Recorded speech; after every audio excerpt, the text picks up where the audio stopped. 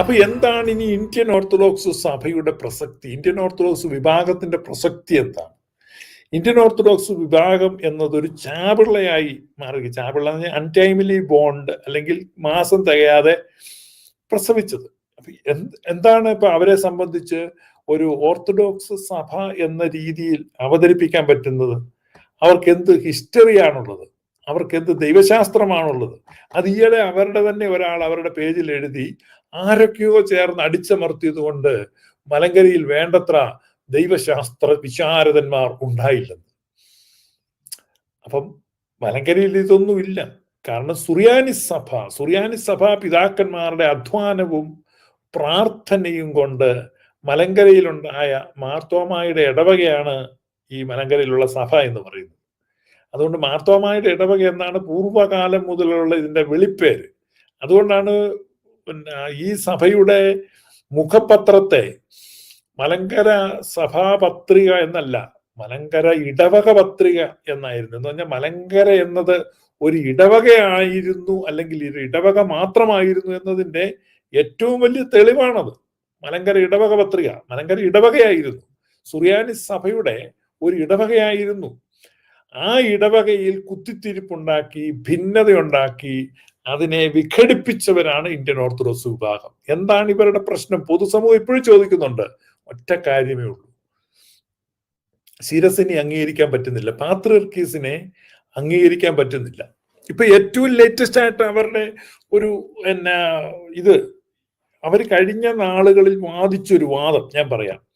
ഇവര് പറയുന്നത് നിക്കിയ സുന്നോദോസിന്റെ കാനോനകളുണ്ട്. നിക്കിയ സുന്നോദോസ് എന്ന് പറഞ്ഞാൽ ക്രിസ്ത്യാനികളുടെ ആദ്യത്തെ പൊതു സുന്നോദോസാണ്. ഈ വർഷം നിക്കിയ സുന്നോദോസിന്റെ 1700ാമത് വാർഷികമാണ്. കാരണം AD 325 നിക്കിയ സുന്നോദോസ് നടക്കുന്നത്. 325ഉം 1700ഉം 2025. അപ്പൊ 17th സെന്റിനറി സെലിബ്രേഷൻസ് നടക്കുന്ന വർഷമാണ്. അപ്പോ ഈ 17th സെന്റിനറി സെലിബ്രേഷൻ നടക്കുന്ന ഈ വർഷം നിക്കിയ സുന്നോദോസിന് ഇവർ എന്തുമാത്രം അവഹേളിച്ചിട്ടുണ്ടെന്ന് അറിയാമോ? നിക്കിയ സുന്നോദോസ് റോമാ സാമ്രാജ്യത്തിന്റെ ഉള്ളിലുള്ള സഭകളെ പറ്റിയാണ് പറഞ്ഞിട്ടുള്ളത്. അന്ത്യോക്യായുടെയും കിഴക്കൊക്കെയുടെയും പരിശുദ്ധ പത്രോസ് ശ്ലീഹായുടെ ശ്ലൈഹിക സിംഹാസനത്തിൽ അന്ത്യോക്യായുടെ ആന്റിയോഖാൻ ഫോർ ഓൾ ദ ഈസ്റ്റ് എന്ന് പറയുമ്പോൾ അന്ത്യോക്യയ്ക്കും റോമാ സാമ്രാജ്യത്തിന്റെ കിഴക്ക് വശത്തും ഉള്ള സഭകളുടെ കാര്യമാണ് നിക്കിയ സുന്നോദോസ് തീരുമാനിച്ചതെന്ന് ഇന്ത്യൻ ഓർത്തഡോക്സുകാർ ഇത്രയും നാൾ പറഞ്ഞുകൊണ്ട് നടന്നു. കഴിഞ്ഞ ആഴ്ച ഞാൻ നോക്കിയപ്പം ഇന്ത്യൻ ഓർത്തഡോക്സുകാർ നിക്കിയ സുന്നോദോസിനെ എന്ത് ചെയ്യുന്നു? 1700ാമത് വാർഷികത്തെ സെലിബ്രേറ്റ് ചെയ്യുന്നു. റോമാ സാമ്രാജ്യത്തിന്റെ ഉള്ളിൽ ഉള്ള കിഴക്ക് പ്രദേശത്തെ പറ്റിയും റോമാ സാമ്രാജ്യത്തിന്റെ അതിരുകൾക്കകത്തുള്ള സഭകൾക്കും മാത്രമാണ് നിക്കിയ സുന്നോദോസിന്റെ തീരുമാനങ്ങൾ ബാധകമെങ്കിൽ ഇന്ത്യൻ ഓർത്തഡോക്സുകാരെ നിങ്ങൾ എന്തിനാണ് നിക്കിയ സുന്നോദോസിന്റെ വാർഷികം ആഘോഷിക്കുന്നത്? മെയിൻ ചോദ്യമാണ്. കാരണം നിങ്ങളാണ് ഇത്രയും നാൾ പറഞ്ഞത് ഇത് റോമാ സാമ്രാജ്യത്തിന്റെ ഉള്ളിലുള്ളതാണ്. അപ്പൊ റോമാ സാമ്രാജ്യത്തിന്റെ ഉള്ളിലുള്ളത്, കിഴക്കൻ പ്രദേശത്തുള്ളത് ഈസ്റ്റേൺ സഭകളും അതിന് പുറത്ത് പിന്നെയും ഉള്ള സഭകളെ ഓൾ ദ ഈസ്റ്റ്. അതുകൊണ്ടാണ് ആന്റിയോക്ക് ആൻഡ് ഓൾ ദ ഈസ്റ്റ്.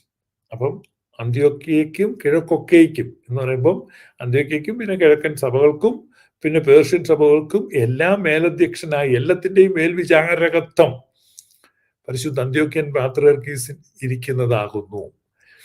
അതുകൊണ്ടാണ് പുരാതന കാലം മുതൽ അങ്ങനെയുള്ളത്.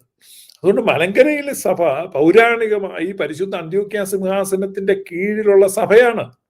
ഈ പരിശുദ്ധ അന്ത്യോക്യ സിംഹാസനത്തിന്റെ കീഴിലുള്ള ഈ സഭയ്ക്ക് ശിരസിൽ നിന്ന് വേർപെട്ടാൽ എന്താണ് സംഭവിക്കുന്നത്? ഒരു മനുഷ്യന്റെ ആകട്ടെ മൃഗത്തിന്റെ ആകട്ടെ ശരീരത്തിന് ഉടല് ശിരസിൽ നിന്ന് വേർപെട്ടാൽ എന്ത് സംഭവിക്കും? അല്ലെങ്കിൽ ഏറ്റവും ബെസ്റ്റ് ഉദാഹരണം പല്ലിയുടെ വാലാണ്.